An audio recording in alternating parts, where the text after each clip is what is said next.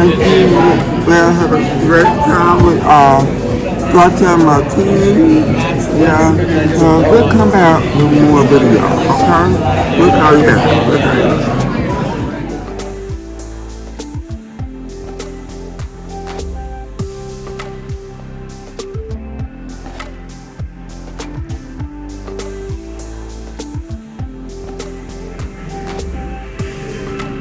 Hi guys. Okay, so I'm at the bathroom right now. It's a beautiful bathroom. Beautiful bathroom. So I just want to show you what I'm wearing. Okay, I'm wearing DD Discount blouse. It's wonderful. This is a DD Discount earring. This is the cool necklace. Discount ring. Okay. Cartier, Louis Vuitton, Cartier. So, So I'm going Louis Vuitton bracelet and Hammer bracelet. Yeah. So I'm at my best friend. So we got to cocktail with my best friend. It's real nice. So, let's see.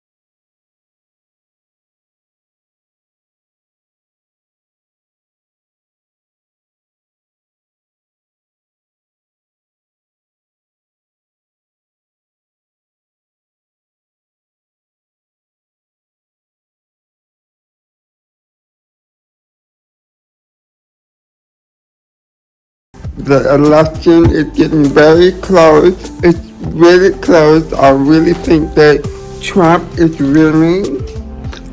Trump is really winning. Okay, we're about to have Trump into our office. We're about to have him as our president again. It's taking turns. Oh my God! Oh my God! Oh my God! I never liked Kamala Harris. Is it Camilla? Is it Camilla? Camilla, whatever her name is. I never really vote for her, but you know, she's losing. She's losing. We're about to have a Republican, another Republican. You know, oh my God. You know, I think Kamala Harris did her job, but Trump is whipping your ass, honey. Oh my God. Oh my God. Well, this is the world changing. I'm telling you, This is a freaking world changing. We're about to change the entire world for our country. I mean, be prepared. Oh my gosh. Okay. I'm so nervous because I'm concerned about our rights for the LGBTQ community, the trans community. I'm very concerned. I'm very concerned. But this is happening. This is really happening, you guys. Yes, this is happening. Look at this. Oh my god. Harris got 193. Trump got 216. My god. Yes. This is it. This is it. This is the final moment. This is our final moment. This is our final moment. Oh my god. Shocking, isn't it? Yes. The entire country is half red. It is half red. Who knew that Trump was going to beat Harris? Look at this shit.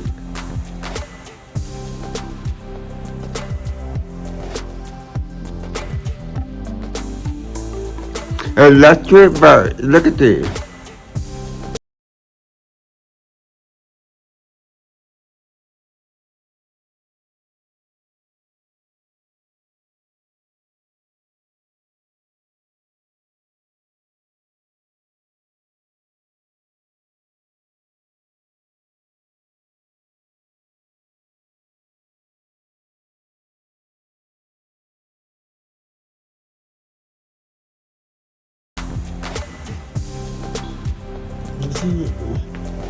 I'm trying to let you hear it.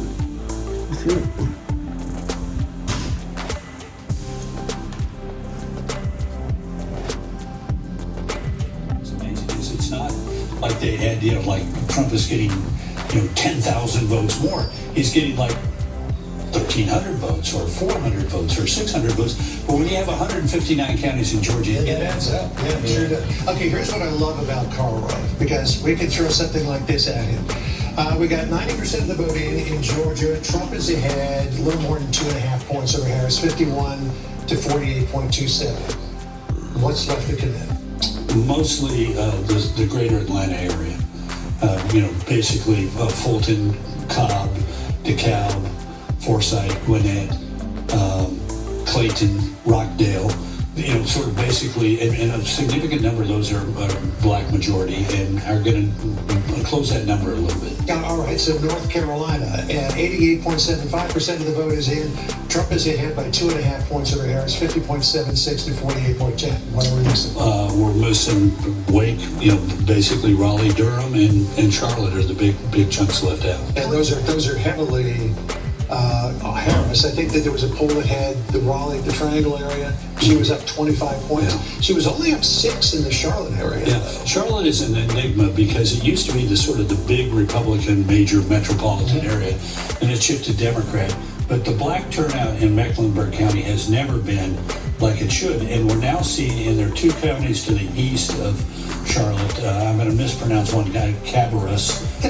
I used to live down there. So Cabarrus and Union, which Union is overwhelmingly Republican, but Cabarrus is starting to show a little bit of the sort of suburban decline we see. Can we do one more? My best friend giving me this. What's that wrong? Oh, I need that. I need that.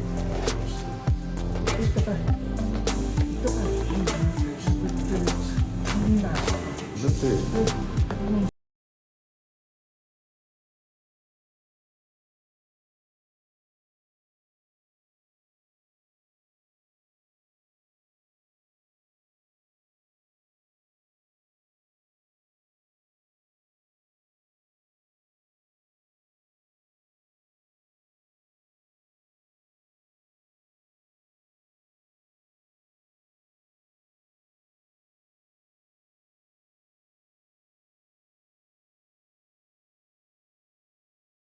the door.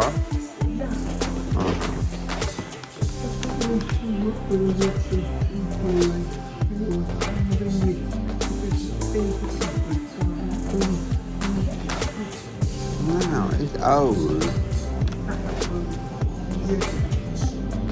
No.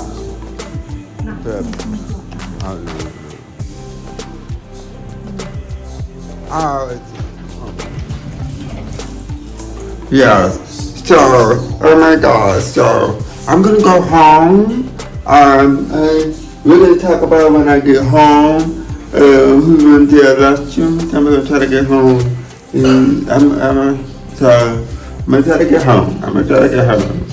So this is shocking. We're getting close. Trump is winning. I feel it. So we're getting close. So we'll talk about when we get home. Okay.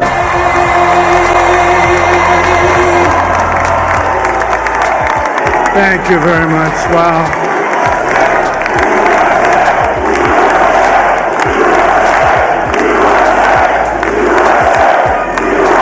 Well, I want to thank you all very much. This is great. These are our friends. We have thousands of friends on this incredible movement.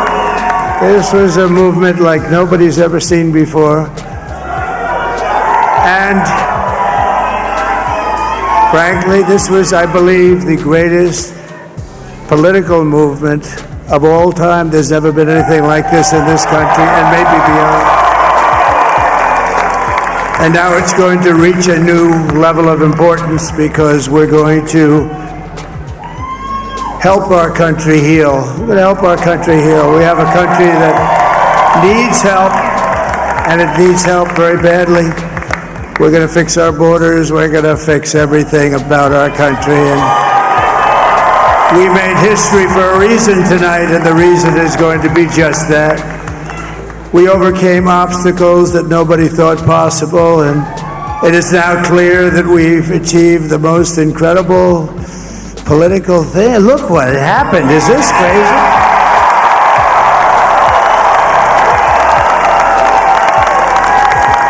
But it's a political victory that our country has never seen before, nothing like this. I want to thank the American people for the extraordinary honor of being elected your 47th president and your 45th president. And every citizen, I will fight for you, for your family, and your future. Every single day I will be fighting for you, and with every breath in my body, I will not rest until we have delivered the strong, safe, and prosperous America that our children deserve and that you deserve. This will truly be the golden age of America. That's what we have to have. This is a magnificent victory for the American people that will allow us to make America great again. And in addition to having won the battleground states of North Carolina, I love these places, Georgia, Pennsylvania, and Wisconsin, we are now winning in Michigan, Arizona, Nevada, and Alaska, which would result in us carrying at least 315 electoral votes,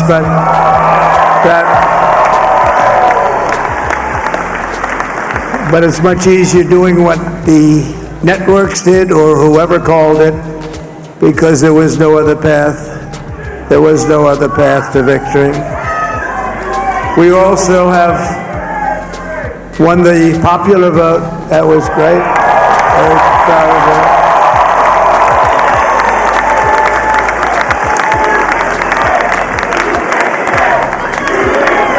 Thank you.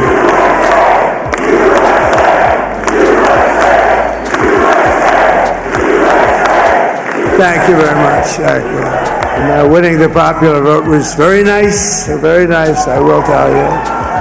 It's a great feeling of love. We have a great feeling of love in this very large room with unbelievable people standing by my side. These people have been incredible. They've made the journey with me, and we're going to make you very happy. We're going to make you very proud of your vote. I hope that you're going to be looking back someday and say that was one of the truly important moments of my life when I voted for this group of people beyond the president, this group of great people. America has given us an unprecedented and powerful mandate. We have taken back control of the Senate. Wow, that's great. And the Senate races in Montana, Nevada, Texas, Ohio, Michigan, Wisconsin, the great Commonwealth of Pennsylvania, were all won by the MAGA movement. They helped so much. And in those cases, every one of them, we worked with the senators. They were tough races, and I mean, the number of victories in the Senate was absolutely incredible. And we did tele-rallies. We did tele-rallies with each one of them, and sometimes we did 2 or 3 and it was amazing to look at all of those victories. Nobody expected that, nobody. So I just wanted to thank you very much for that. And you have some great senators and some great new senators. And it also looks like we'll be keeping control of the House of Representatives.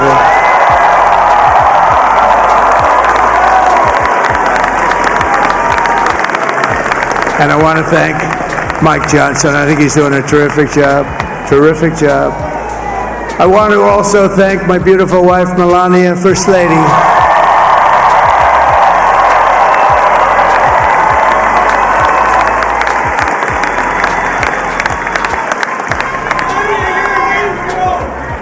Who has the #1 best-selling book in the country. Can you believe that?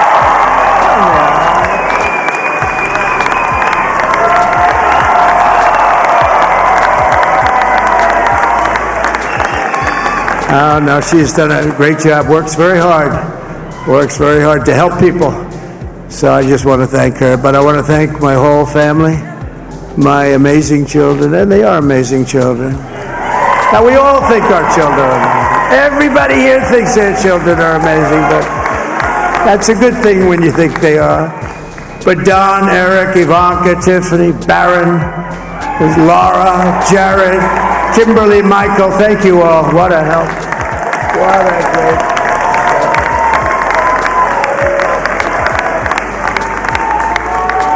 My father-in-law, Victor, is tremendous, and we miss very much Melania's mother, Amalia.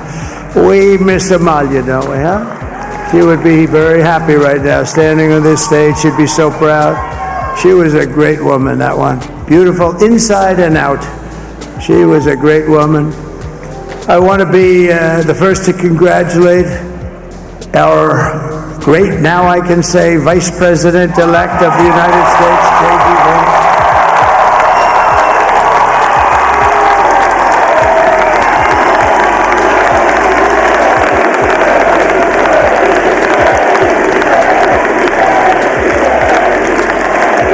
And his absolutely remarkable and beautiful wife, Usha Vance.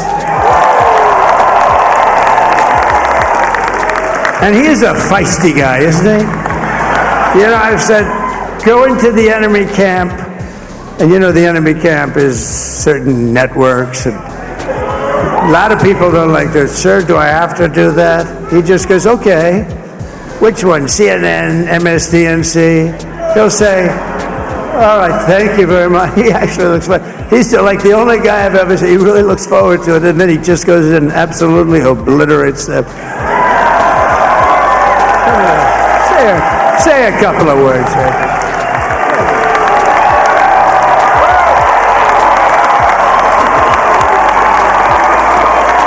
Wow.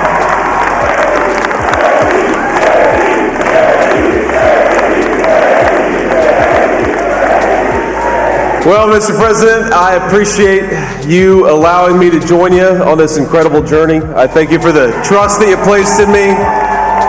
And I think that we just witnessed the greatest political comeback in the history of the United States of America.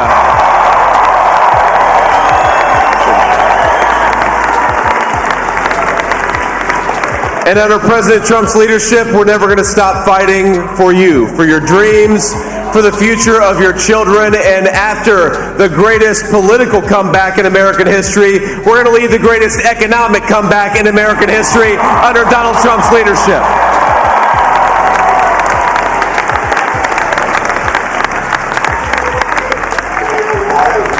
Thank you very much. He's turned out to be a good choice.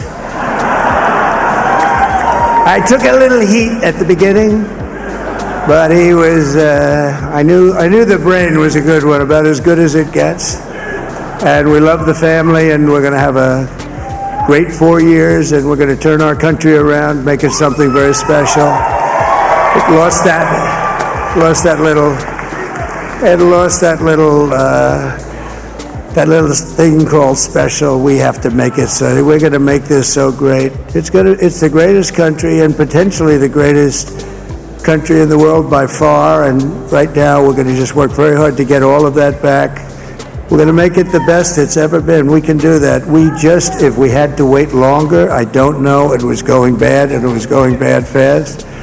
We're going to have to seal up those borders, and we're going to have to let people come into our country. We want people to come back in, but we have to let them come back in, but they have to come in legally. They have to come in legally. Let me also express my tremendous appreciation for Susie and Chris, the job you did. Susie, come here. Come here, Susie. Chris, come here, Chris. Susie likes to stay sort of in the back, let me tell you. The Ice Maiden, we call her the Ice Maiden. Come here, Chris. Come here, Chris. Susie likes to stay in the background. She's not in the background. Come here, Susie. You want me to say something? This wasn't expected, but I just want to thank, obviously, President Trump for this journey. It was a great one, and he's a hell of a candidate, and he's going to be a hell of a great 47th president. And this team that we had, the best team, and, of course, even my boss, Susie Wiles, the best. Thank you. Thank you, and thank you, Susie. Look at her, she's shot. I've never seen her be shot before. Susie. They're great. Everybody up here is great. Everybody up here is very special. But the Trump, who did you say? Oh, let me tell you, we have a new star. A star is born, Elon. Now he is. Now he's an amazing guy. We were sitting together tonight. You know, he spent 2 weeks in Philadelphia and different parts of Pennsylvania, campaigning. You know, he sent the rocket up 2 weeks ago, and I saw that rocket, and I saw it coming down. I saw it. When it left, it was beautiful, shiny white. When it came down, it didn't look so pretty. It was going 10,000 miles an hour, and it was burning like hell. I said, what happened to your paint job? He said, we've never made a paint that could withstand that kind of heat. And but I saw it come down and turn around. And it was, you know, it's like 22 stories tall, by the way. It looks a little smaller than that, but it's big. And it came down, and you saw all that fire burning. And I'm saying, only Elon could do this. It must be an Elon. And I tell the story. I told it last night. I had a man on the phone. I had the screen muted, no sound. I was talking to a very important man, happens to be here. And a very important guy, one of the most important people in, I would say, the country, actually. But, you know, I was president, and now it looks like I was going to be maybe president again, so I figured I could ask him to hold. So I asked him to hold, and especially because you're going to be president again, they hold. So I took the phone down, and I'm looking at the screen. I'm seeing this crazy thing that's going around and coming down. It looks like it's going to crash into the gantry. And I said, oh, no. And I said, do me a favor, do you mind holding for a couple of minutes? I want to see this. I thought it was a space age movie or something. I put the phone down, bad part. I didn't pick it up for 45 minutes, and he was holding. But this spaceship came down, and I saw those engines firing, and it looked like it was over, it was going to smash, and then I saw the fire pour out from the left side, and I put it straight, and it came down so gently, and then it wrapped those arms around it, and it held it, and just like you hold your baby at night, your little baby. And it was a beautiful thing to see, and I called Elon. I said, Elon, was that you? He said, yes, it was. I said, who else can do that? Can Russia do it? No. Can China do it? No. Can the United States do it other than you? No. Nobody can do that. I said, that's why I love you, Elon. That's great. And you know, when we had the tragic Hurricane Helene, and it hit North Carolina, they were really devastated, the water. This was a big water, as big as we've ever seen, water hurricane. It built lakes out of nothing. Fields became lakes, and the danger was unbelievable. And the people from North Carolina came to me and they said, would it be possible, at all possible, for you to speak to Elon Musk? We need Starlink. I said, what's Starlink? It's a form of communication. So I called Elon, and I'll tell you what, he had, and it was very dangerous. People would die. They had no communication. All the wires were down. I called Elon Musk. I said, Elon, you have something called Starlink. Is that right? Yes, I do. What the hell is it? He said, it's a communication system that's very good. I said, Elon, they need it really, really badly in North Carolina. Can you get it? He had that there so fast. It was incredible. So, and it was great. It saved a lot of lives. He saved a lot of lives. But he's a character. He's a special guy. He's a super genius. We have to protect our geniuses. We don't have that many of them. We have to protect our super geniuses. I want to thank some of the guys. You know, we have up here today the U.S. Open champion. He's a fantastic golfer. He's slightly longer than me. It's a ball a little bit longer than me.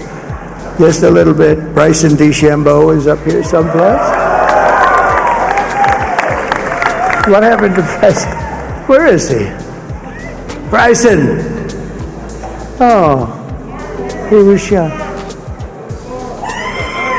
He's hitting balls. Oh, he's on the way. He's hitting balls. Bryson. Oh, look at him.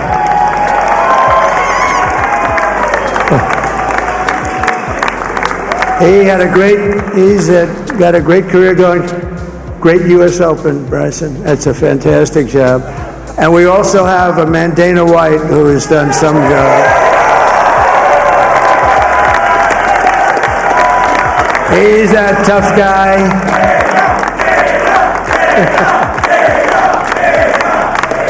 So Dana started UFC and came to me, do you mind if I use your... Nobody wanted to give him a rinse because they said it's a rough sport, a little rough.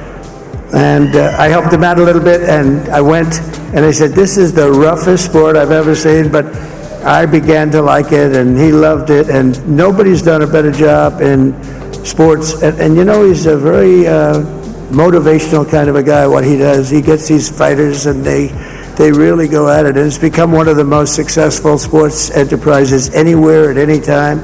It's doing so well. I'd like to ask Dana just to say a couple of words, because people love to hear from him. Dana, please.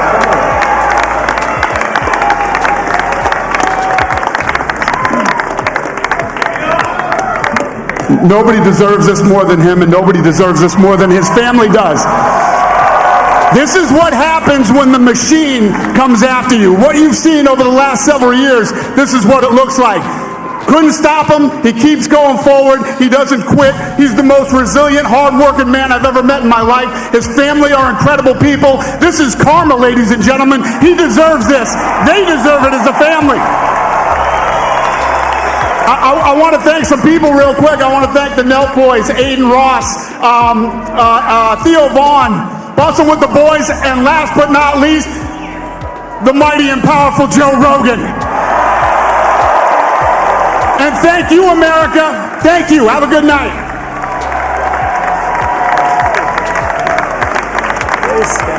That is a piece of work. Now he's really an amazing guy. But most of all, I want to thank the millions of hardworking Americans across the nation who have always been the heart and soul of this really great movement. We've been through so much together, and today you showed up in record numbers to deliver a victory like probably like no other. This was something special, and we're gonna pay you back. We're gonna do the best job. We're gonna turn it around. It's got to be turned around. It's got to be turned around fast, and we're gonna turn it around. We're gonna do it in every way, with so many ways, but we're gonna do it in every way. This will forever be remembered as the day the American people regained control of their country.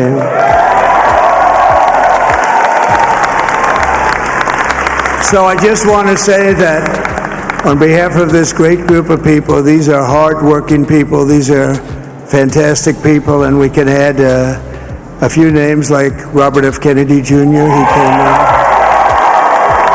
And he's going to help make America healthy again.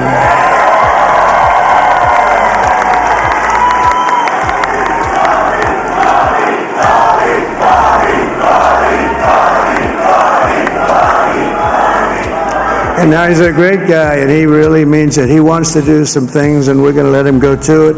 I just said, but Bobby, leave the oil to me. We have more liquid gold, oil and gas. We have more liquid gold than any country in the world, more than Saudi Arabia. We have more than Russia. Bobby, stay away from the liquid gold. Other than that, go have a good time, Bobby. We're going to be paying down debt. We're going to be reducing taxes. We can do things that nobody else can do. Nobody else is going to be able to do it. China doesn't have what we have. Nobody has what we have. But we have the greatest people also. Maybe that's the most important thing. This campaign has been so historic in so many ways. We've built the biggest, the broadest, the most unified coalition. They've never seen anything like it in all of American history. They've never seen it. Young and old, men and women, rural and urban. And we had them all helping us tonight. When you think, I mean, I was looking at it, I was watching it. They had some great analysis of the people that voted for us. Nobody's ever seen anything like that. They came from all quarters, union, non-union, African American, Hispanic American, Asian American, Arab American, Muslim American. We had everybody, and it was beautiful. It was a historic realignment, uniting citizens of all backgrounds around a common core of common sense. You know, we're the party of common sense. We want to have borders. We want to have security. We want to have things be good, safe. We want great education. We want a strong and powerful military, and ideally we don't have to use it. You know, we had no wars. 4 years we had no wars, except we defeated ISIS. We defeated ISIS in record time, but we had no wars. They said, he will start a war. I'm not going to start a war. I'm going to stop wars. But this is also a massive victory for democracy and for freedom. Together we're going to unlock America's glorious destiny, and we're going to achieve the most incredible future for our people. Yesterday, as I stood at my last stop on the campaign trail, I'll never be doing a rally again. Can you believe it? I think we've done 900 rallies approximately from them. Can you imagine? 901 something, a lot of rallies. And it was sad. Everybody was sad. Many people, I said, this is our last rally. But now we're going on to something that's far more important, because the rallies were used for us to be put in this position where we can really help our country. That's what we're going to do.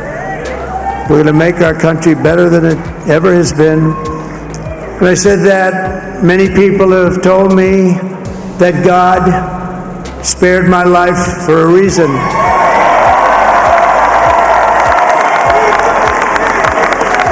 And that reason was to save our country and to restore America to greatness. And now we are going to fulfill that mission together. We're going to fulfill that mission.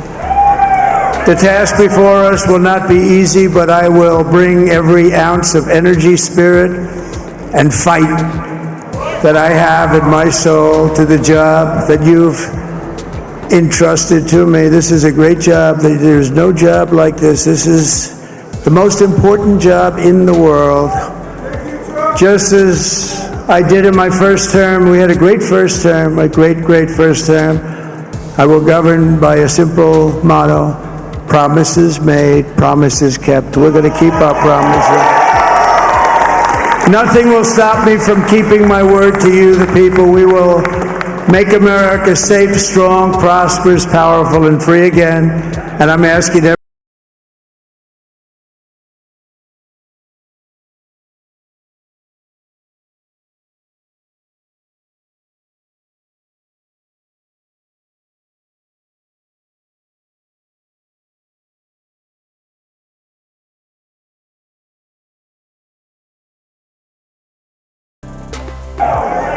I saw that in the first term when we became more and more successful.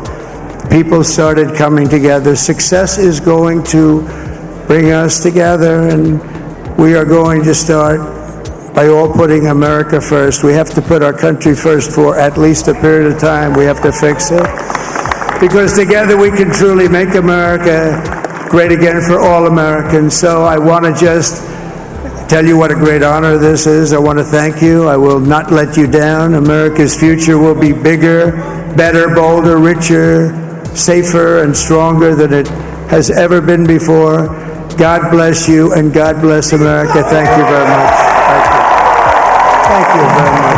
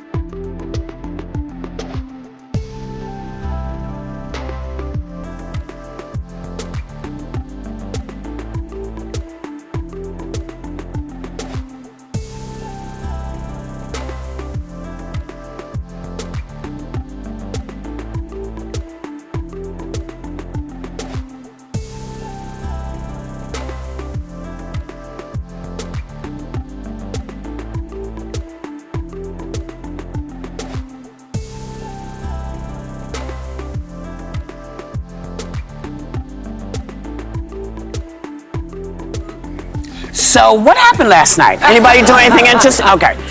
The 2024 presidential race ended yesterday. And this is what the country and the world woke up to this morning. Take a look. This was a movement like nobody's ever seen before. And frankly, this was, I believe, the greatest political movement of all time. And now it's going to reach a new level of importance, because we're going to help our country heal. We have a country that needs help, and it needs help very badly. We're going to fix our borders. We're going to fix everything about our country. America's future will be bigger, better, bolder, richer, safer, and stronger than it has ever been before. God bless you, and God bless America. Thank you very much. So, how you feel? I'll start. Yeah, go ahead. My takeaway is that the system works. We live in a democracy. People spoke. This is what people wanted. I vehemently disagree with the decision that Americans made, but I feel very, very hopeful that we have a democratic system in this country. We should value it. We should love it. We should protest if the situation arises that we need to protest, which I'm sure it will. And I've been through this before with Nixon. It's been very difficult, but boy, oh boy, do we have a country if we can keep it. Yeah. Well,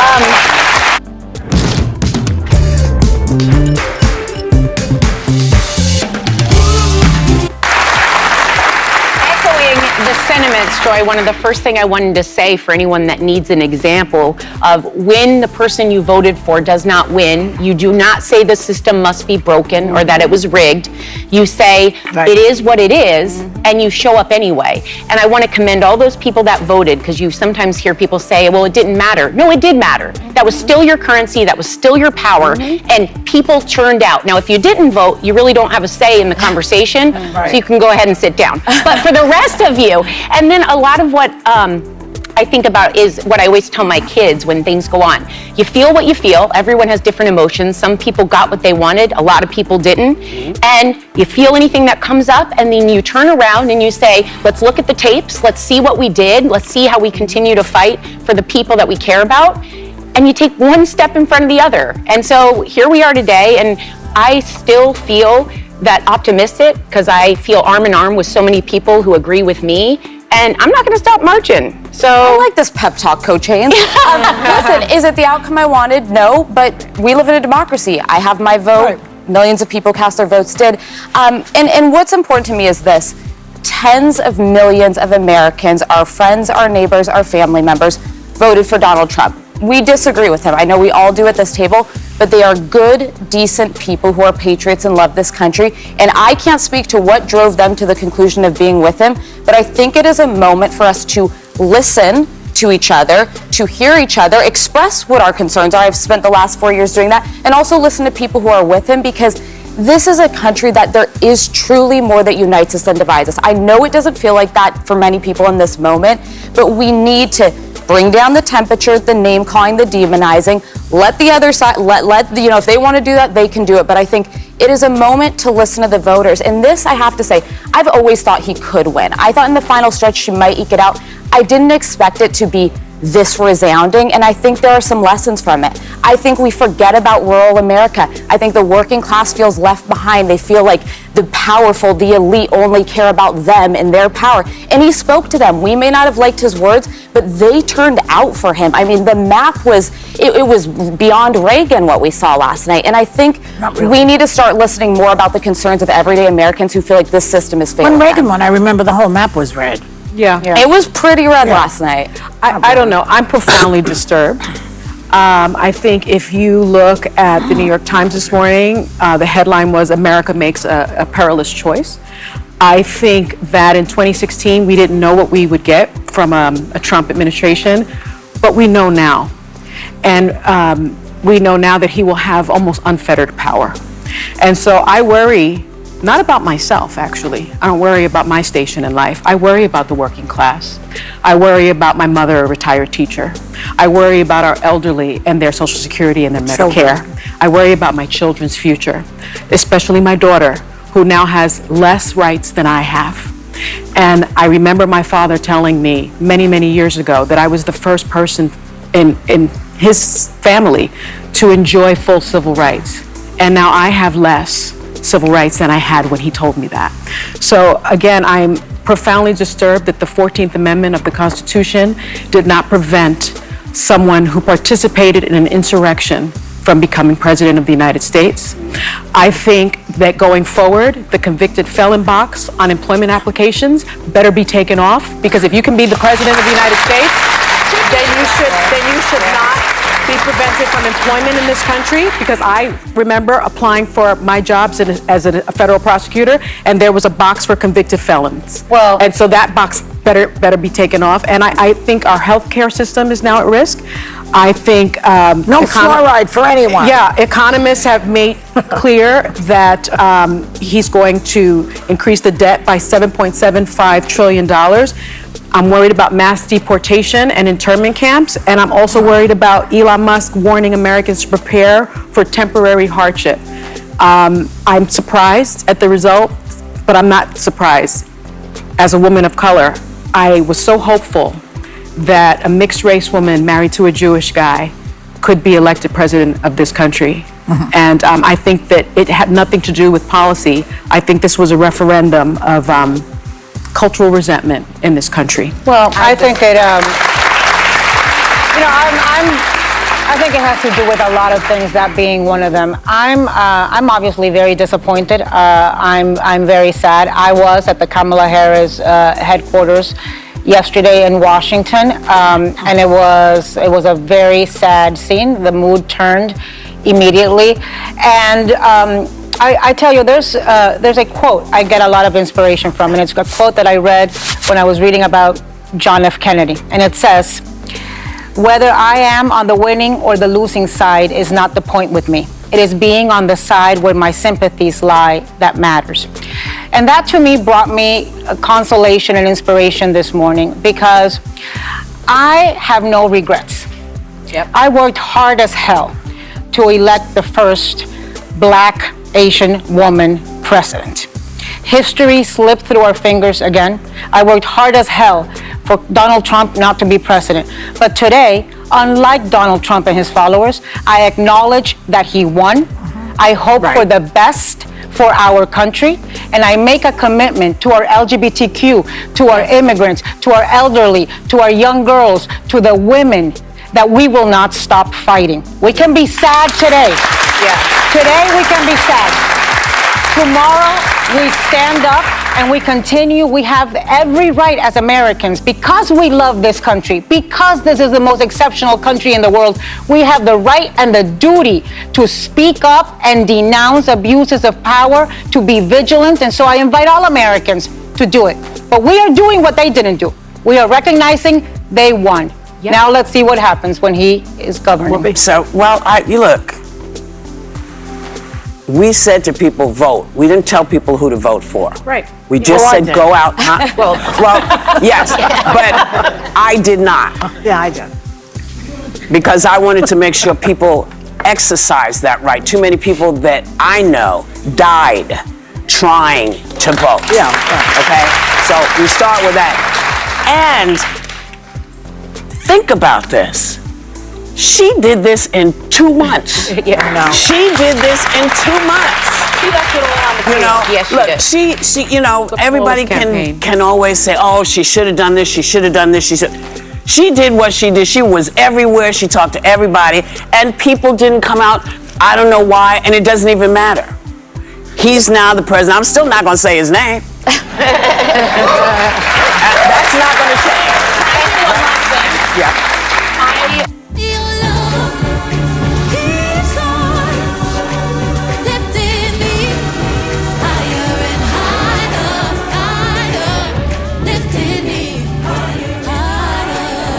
Pandora. Have faith that some good, decent people are going to work for him. I've heard from some folks today. I think there's some reasons to be hopeful that people who believe in public service in the country are going to go in. The thing that I wanted to finish up with is it's hard for some of us to hear that rhetoric. After 50 years, after 70 years, to hear that rhetoric coming back, to hear things that came out of people's mouths, that we all decided as a public group, we weren't going to talk to each other that way. Yeah. So for me, when I hear that, I feel okay when I'm pissed at somebody who's talking down to somebody else. I'm all right with that. Mm-hmm. What I'm not all right with is trying to further wreck the country. So that's why everything that everyone is saying at the table really comes down to, listen, we're still here. People, when I got out of the car today, because nobody will let me drive, I saw mailmen, people with their kids. I saw people walking around, looking, drinking the coffee stuff from Starbucks. Yeah. I don't drink coffee, so I never remember. But I saw people living their lives, and that's what we have to do. And when things get to be so bright that we see them, we got to call them out. Yes. You have to call them out. And no one's going to be storming the Capitol. Yes. You know what gets me? The exit polls showed, according to our research department here at ABC News, the state of democracy was the top issue to voters overall. So that says that they voted for a guy who wanted to overthrow the election, who also said he would be a dictator on day one, and they also said that democracy was number one. So I'm concluding that maybe they don't believe him. But I think No, it means different What is things. different? I think democracy means different things It means a to different different thing. people. Well, when you're trying to overthrow a legitimate election and you say you're going to be a dictator, I don't know how you interpret that any other It's a way. democracy. Frankly. So I can only conclude that they don't believe he's going to do that. And I hope they're right. I hope that they are right.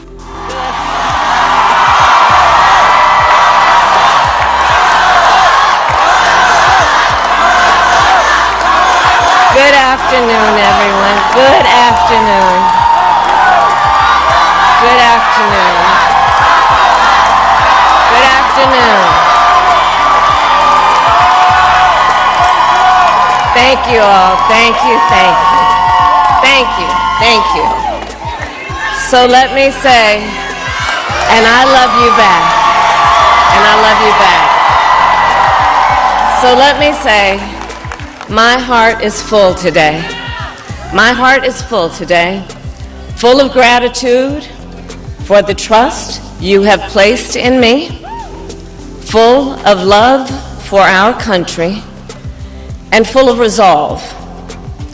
The outcome of this election is not what we wanted, not what we fought for, not what we voted for, but hear me when I say,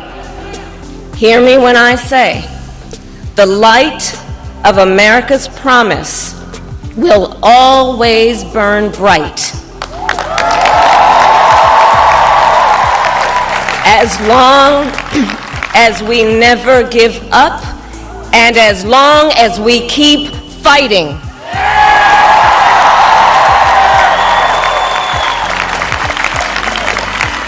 To my beloved Doug and our family, I love you so very much. To President Biden and Dr. Biden, thank you for your faith and support. To Governor Walz and the Walz family, I know your service to our nation will continue. And to my extraordinary team, to the volunteers who gave so much of themselves, to the poll workers and the local election officials, I thank you all.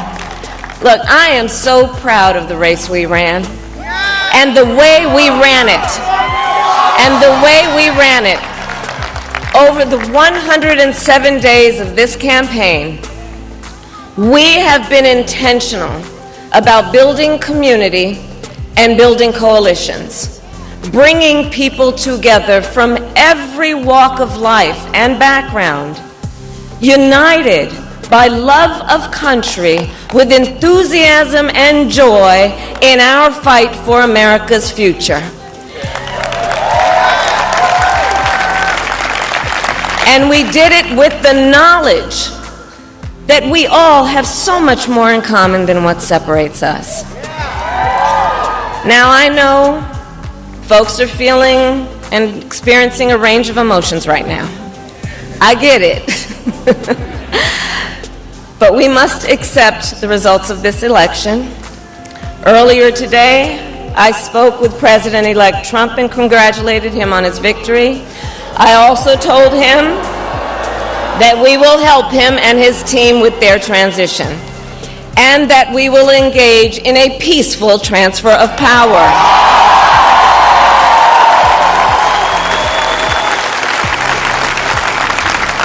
A fundamental principle of American democracy is that when we lose an election, we accept the results. That principle, as much as any other, distinguishes democracy from monarchy or tyranny. And anyone who seeks the public trust must honor it. At the same time, in our nation, we owe loyalty not to a president or a party, but to the Constitution of the United States.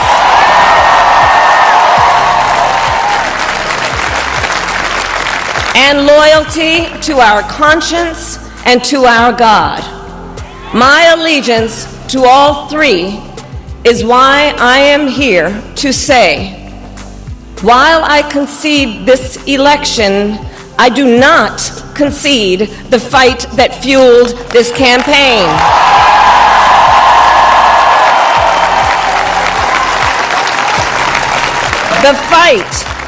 The fight for freedom, for opportunity, for fairness, and the dignity of all people. A fight for the ideals at the heart of our nation, the ideals that reflect America at our best. That is a fight I will never give up.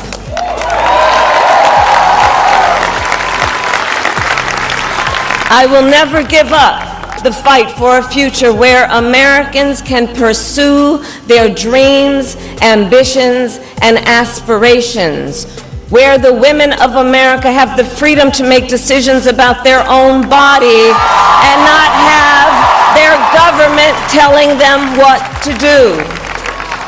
We will never give up the fight to protect our schools and our streets from gun violence. The new Jackery Solar Generator 2000 Plus.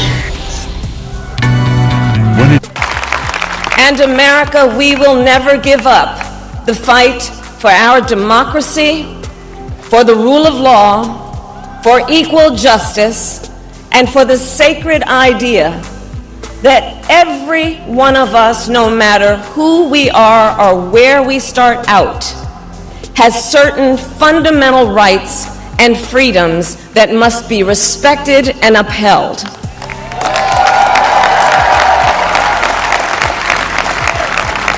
And we will continue to wage this fight in the voting booth, in the courts, and in the public square. And we will also wage it in quieter ways, in how we live our lives, by treating one another with kindness and respect, by looking in the face of a stranger and seeing a neighbor, by always using our strength to lift people up, to fight for the dignity that all people deserve. The fight for our freedom will take hard work, but like I always say, we like hard work. Hard work is good work. Hard work can be joyful work. And the fight for our country is always worth it. It is always worth it.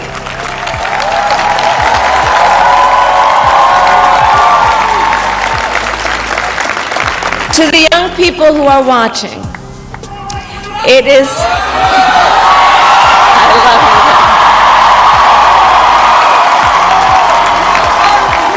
To the young people who are watching, it is okay to feel sad and disappointed, but please know it's going to be okay. On the campaign, I would often say, when we fight, we win. But here's the thing. Sometimes the fight takes a while. That doesn't mean we won't win. That doesn't mean we won't win. The important thing is don't ever give up. Don't ever give up. Don't ever stop trying to make the world a better place. You have power. You have power. And don't you ever listen when anyone tells you something is impossible because it has never been done before.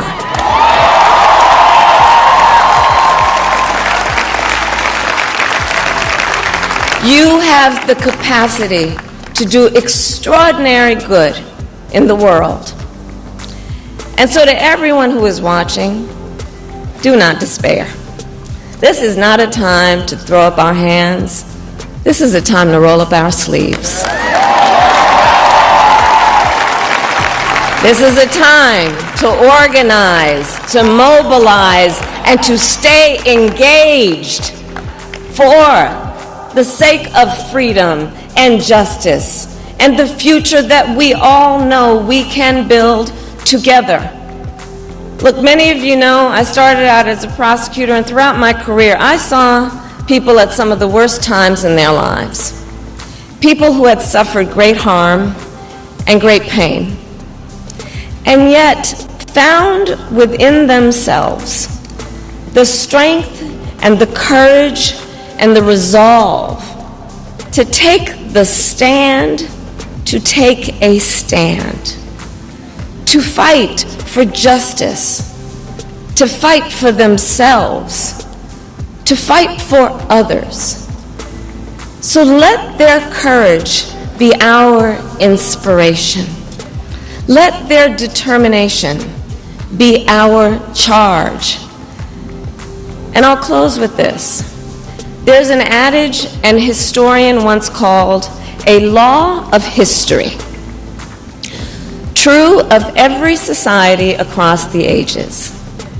The adage is, only when it is dark enough can you see the stars. I know many people feel like we are entering a dark time, but for the benefit of us all, I hope that is not the case. But here's the thing, America, if it is, let us fill the sky with the light of a brilliant, brilliant billion of stars.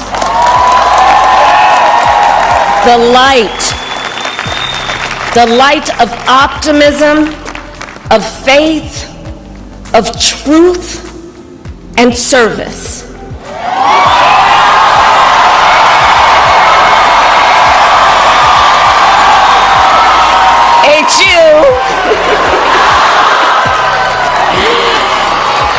And may that work guide us, even in the face of setbacks, toward the extraordinary promise of the United States of America. I thank you all. May God bless you, and may God bless.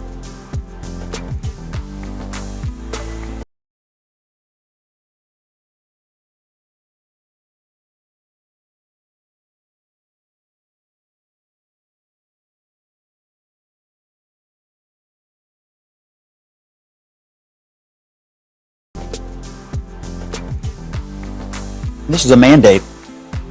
He's won the national popular vote for the first time since, for a Republican, for the first time since 2004. This is a big deal. This isn't backing into the office. This is a mandate to do what you said you were going to do. Get the economy working again for regular working class Americans, fix immigration, try to get crime under control, try to reduce the chaos in the world. This is a mandate from the American people to do that. I think I'm interpreting the results tonight as the revenge of just the regular old working class American, the anonymous American who has been crushed, insulted, condescended to. They're not garbage. They're not Nazis.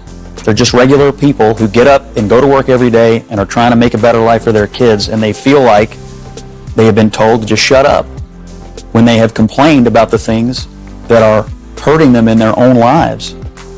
I also feel like this election, as we sit here and pour over this tonight, is something of an indictment of the political information complex. I mean, we've been sitting around here for the last couple of weeks, and the story that was portrayed was not true. I mean, we were told Puerto Rico was going to change the election. Liz Cheney, Nikki Haley voters, women lying to their husbands. Before that, it was Tim Walz in the camo hats. Night after night after night, we were told all these things and gimmicks were going to somehow push Harris over the line, and we were just ignoring the fundamentals. Inflation, people feeling like that they were barely able to tread water at best. That was the fundamentals of the election. And so I think that both parties should always look at the results of an election and figure out what went right and what went wrong.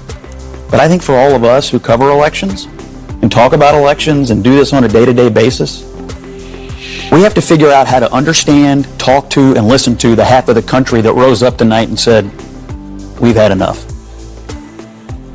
But I want to say this, like, quite seriously. 4 years ago, in 2020, I had no kids. It's an incredible thing to think about. I had 0 children, and now I have 3 children. And I'm so serious when I say that I was so concerned about Kamala winning that my husband and I were having serious discussions about what will happen, what can we do, what is our option. And I know that we're not the only family that truly thought about where will we go if if America turns into a communist country. That's a very scary realization that we got this close, that would even be a concern and a conversation, that you're looking at a map of the world and thinking like, are we going to be one of the ones that can get out? It's very scary, you know, and that's where we were at. And for the first time, that feels like in a long time, so many families across America are going to be able to sleep soundly tonight, knowing that they don't have to have that fear for the next 4 years. It's incredible. It really is an incredible evening. And you know, I think one of the things that's going to be interesting to see is how they pivot, because the game is over. The game is over. They threw everything at the wall. They tried to create a candidate out of thin air. This used to work for them. A Beyonce endorsement used to work for them, and it's no longer working. And I think one of the most incredible stories is going to be Black America, and I have to tell you how good I feel about that, because when I said it years ago that we were going to Blexit, that people could do this, and I'm not kidding, people at that time that were in the Trump campaign that are in it now nearly laughed me out of the room with Charlie Kirk. They said it's not even a thought that Black men and women wouldn't vote for, you know, that we'll turn away from the Democratic Party. And for the first time, we are seeing tonight that Black Americans are done with the plantation narrative. So it's an astounding night all around. Be excited, be happy. I'm thrilled. I'm over the moon about all of this. There's a famous... This is the leftovers of the 2016 kind of mess, that there were all of these issues that the Democratic Party saw laid out very clearly in 2016 after Hillary Clinton's loss, and that rather than address those issues, they moved and they migrated.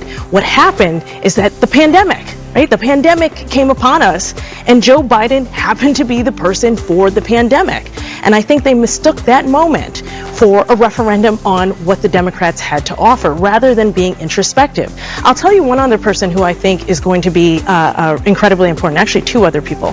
The first person is Bernie Sanders. One of the things that Bernie Sanders has been saying since at least 2014 has been about how the Democratic Party, if it wants to keep these coalitions, needs to talk about bread and butter issues. It needs to talk about politics. A lot of people attacked him for that, saying, well, are you saying that cultural politics don't matter? That's not what he was saying. He was saying we need to focus on these things. The other person is Stacey Abrams. We have not heard a lot from Stacey Abrams in this election cycle, but her organizations, particularly Fair Fight, the New Georgia Voter Project, and other organizations were instrumental in pulling together coalitions that ended up winning Joe Biden Georgia in 2020, but also Michigan, Pennsylvania, and Wisconsin. Not this time, though. 3 years from now, the United States will celebrate the biggest and most important milestone in our country's history. 250 years of American independence. What a great country. We have to keep it that way.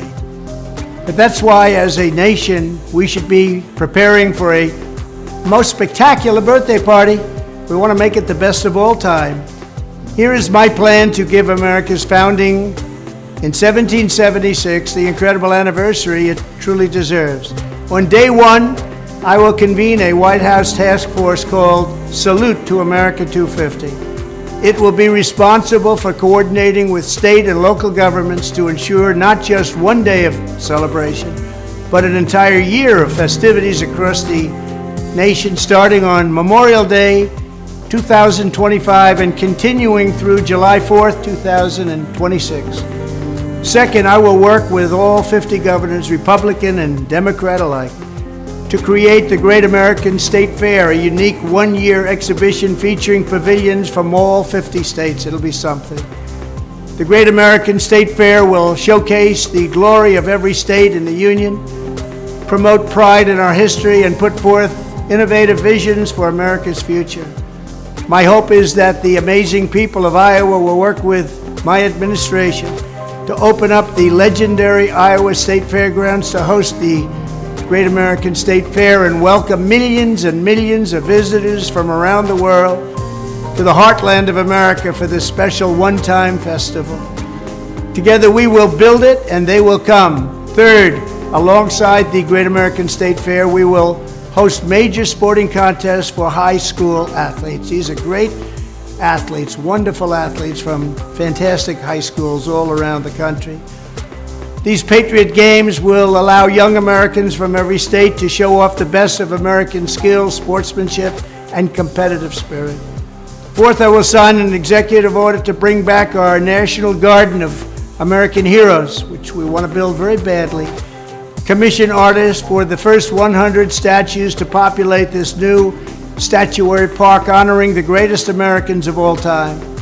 Fifth, as president, I will invite the leaders and citizens of nations around the world to visit the United States in honor of our 250th anniversary. It's going to be great. America's tourist industry should get ready because we're going to have a lot of people coming. It will be a record year. And finally, and most importantly, I will ask America's great religious communities to pray for our nation and our people as we prepare for this momentous occasion. From the very beginning, America has been a country sustained and strengthened by prayer and by our communities of faith. As we chart a course toward the next 250 years, let us come together and rededicate ourselves as one nation under God. Thank you. Any country I have ever covered anywhere in the world, people vote on the 3 feet in front of them and the kitchen table they sit down at every day. And the economic issues are just so fundamental, and the experience of that. And, you know, Nora, you said earlier, maybe we over-focused on grocery prices. I think, you know, Donald Trump campaigns saying he's going to lower the price of bacon. The President of the United States has nothing to do with the price of bacon. Or eggs, for that matter. Or eggs, or any of it. But it's or promising. Gas. I get you're uncomfortable, even though the head of the Federal Reserve and those guys, you don't quite know what they do back in Washington, but they're making your house more expensive because they're hiking up more, you know. You don't get that. You don't get the national number where Joe Biden's telling you, look, inflation is moderating and coming down, but you understand your grocery cart or your gas tank. And that personal experience just seems to be what at least people are using to justify their vote for Donald Trump when they're citing the economy. Through dozens of cycles, somebody easily could have come in and said, I'm Steve Cortez and I'm here to vote. Let me let That Wendy absolutely respond. could have happened, and it's naive to think that it doesn't happen. Wendy? I think what is naive is exactly what Steve is saying, is this attempt at fear-mongering from the right to try to make it seem like there's a swath of people who are coming in to try to vote, or these illegals who are trying to vote and swing the election to the left. That is not the case. What is the case is that the right is trying to make it harder for black and brown people to vote. The right is trying to find ways and loopholes to try to make it so Democrats cannot vote. And those are the facts. So what Steve is saying is all part of this whole thematic thing that the right does to try to make it seem as though voting is happening by a select group of people and they're doing it illegally, when that is not the case. Wendy, the election should be won fair and Wendy, telling black and brown Americans that we're incapable of getting ID is infantilizing us. It literally is. It is demeaning and belittling to Hispanic and black Americans to say you are incapable of getting an ID. No, Steve, no one said that. Actually, you just said that. What was said was that during the Jim Crow era, black people were not given birth certificates, and that is a fact. If you want to do revisionist history and rewrite the racism that occurred in this country that made it such that black people could not get birth certificates, then we can have that conversation. But this conversation is about the right trying to fearmonger and make it so people on the left and Democrats cannot vote. Wendy, let me just ask you one final question. What is the lesson that your party should have learned? Well, the Democratic Party worked very hard, and they raised, substantial sum of money. We had great candidates, and so Trump had a following, basically generally led by whites. White males voted in big numbers. He had a few from the other race groups that joined in, like the Latinos at 45%, and black men at about the same rate that they did when they voted for him before, at about 20%. That combination won. And so it is not that Democrats did not work hard, did not do a great job. We had an unusual situation where we had a black woman, which this country has never seen before. A combination of all of those things led to his win. I will not push back on the idea that race and sex matter in American politics. I think they do. I don't know that it was the controlling variable, and you don't suggest otherwise. To me, it seemed to be that the Democrats thought Trump stinks is enough. And Senator Bernie Sanders said something that reminded me of you, which is why I wanted you on the show tonight, Maxine, which is Democratic Party used to be, we are all about doing for working people. That's what we do. That's what Mario Cuomo's party, that's what Maxine Waters' party was.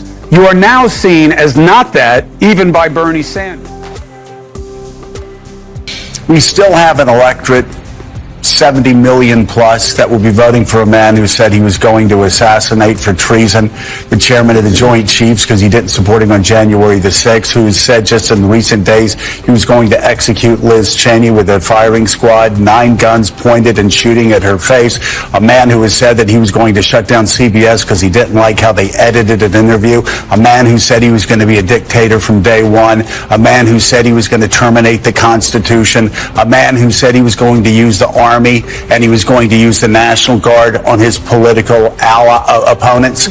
I literally could go on all day, and yet you talk to Trump voters and they'll go, he didn't say that. Wait, no, I didn't hear him. And then you say, well, here's the quote, and then they'll go, yeah, he didn't mean that. So there's something far more long-lasting than just Donald Trump, the candidate.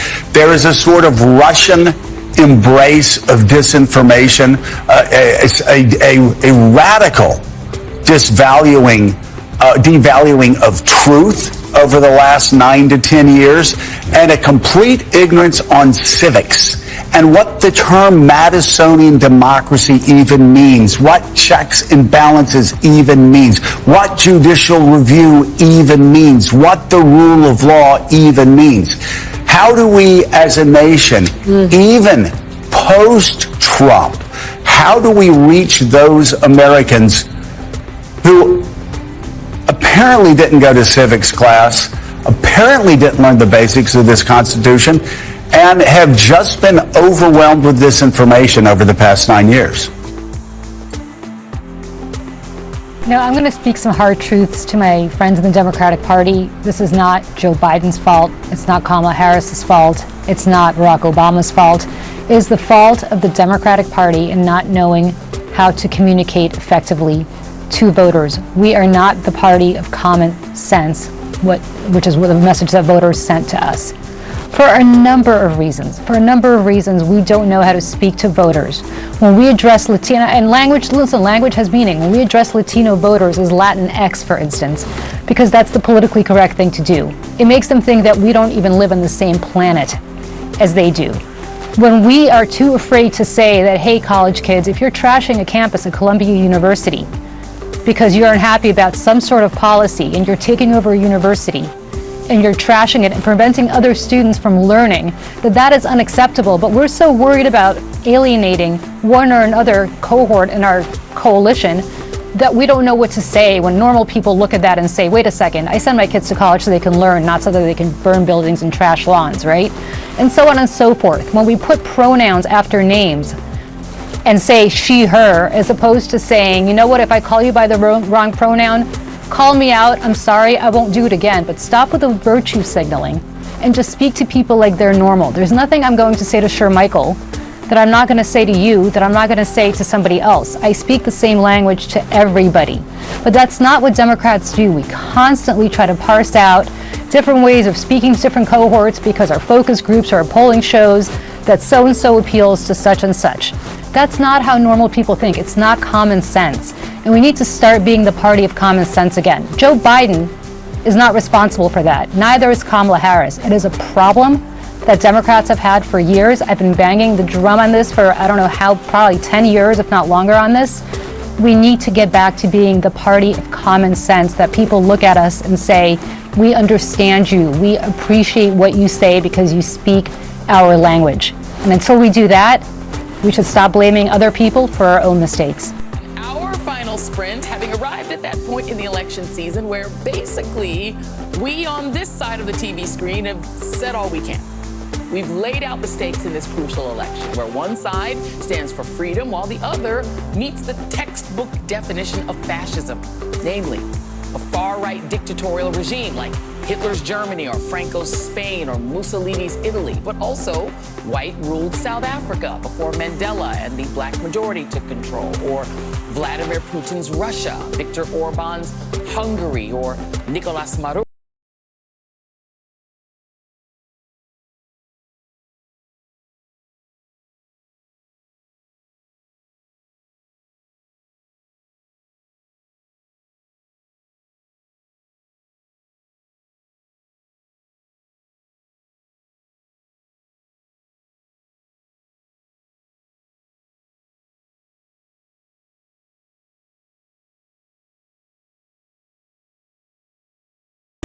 He was expecting me to glow, laugh, and throw it in the Democrat faces because Donald Trump had such an amazing turnout, because so many patriots came out to have their voices heard.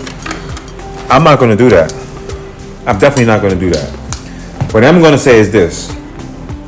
What you saw last night was the American people saying, we're tired of Democrats fucking with our children. We're tired of the mainstream media colluding with the Democrats to mess with our children. We're tired of the mainstream media colluding with Democrats, as well as the rhinos who are on the right, to poison our food supply and basically just strip away our rights. This was us saying no more. But what's going to happen is this. The news media hasn't got the memo. You're a dying, dead dinosaur. It's over for you. So you can continue to tell the American people that Donald Trump is a fascist and a racist and that men are misogynists and that we're racists and Nazis and all other bullshit. The majority of Americans already said it's not true. Or you can start doing the right thing. Start apologizing for the lies and salacious shit you've been saying for the last 8 years and get to be in the news again. How about you report something that's real, truthful, and factual? How about you stop with the propaganda and stop trying to divide the nation? Something that has to be done about the mainstream media, because it's them that got the nation really divided and fucked up. They've been doing it on behalf of Democrats and rhinos.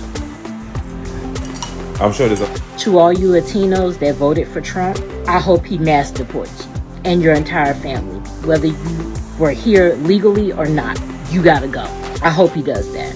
To you black men who your fragile ego couldn't take a black woman in office, so you either voted for Trump or you didn't vote at all. The police will now have carte blanche to murder you right where the fuck you stand. And when they do that, there's not gonna be no GoFundMes.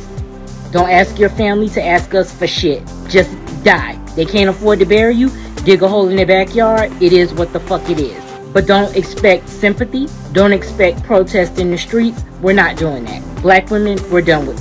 We're done. We did our due diligence for this century and the next. We've done enough. We're not doing anymore.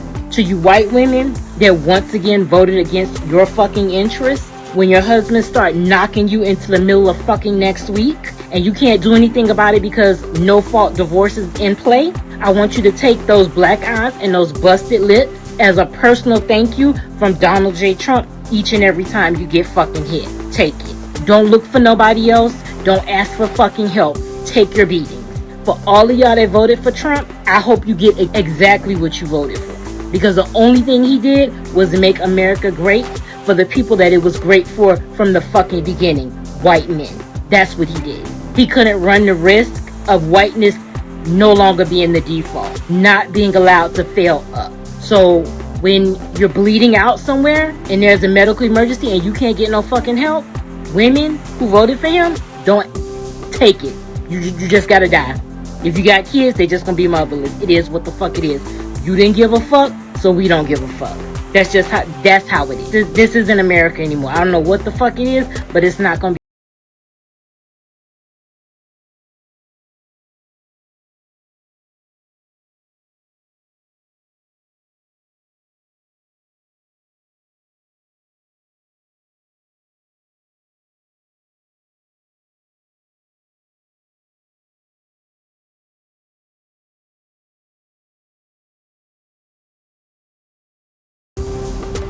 How did we get here?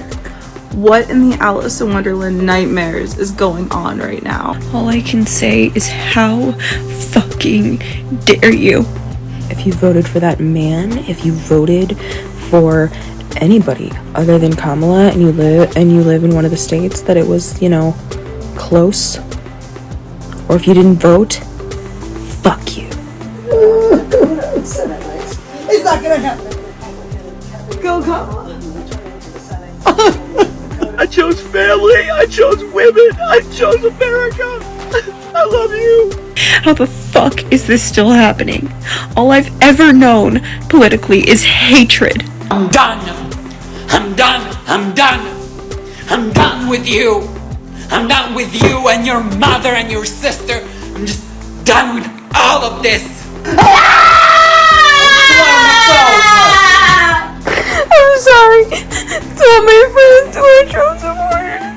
But y'all don't understand how scared of this man I am. If this guy does end up winning again, all of the people who voted for him will be like happy and they'll just be celebrating. And everyone else, everyone who feels threatened by him is fucking scared. Like, we're scared for our lives, we're scared for our friends. How dare you put this man into office for another 4 years, knowing damn well what it means for our country, what it means for us as a people. To know that there is that much ignorance and that much hate in this country, it's so terrifying. It's so terrifying. How the fuck are we back in this same situation again? Who the fuck is voting for him? Genuinely. Fuck you. I don't want to hear about how shitty your life gets under his policies.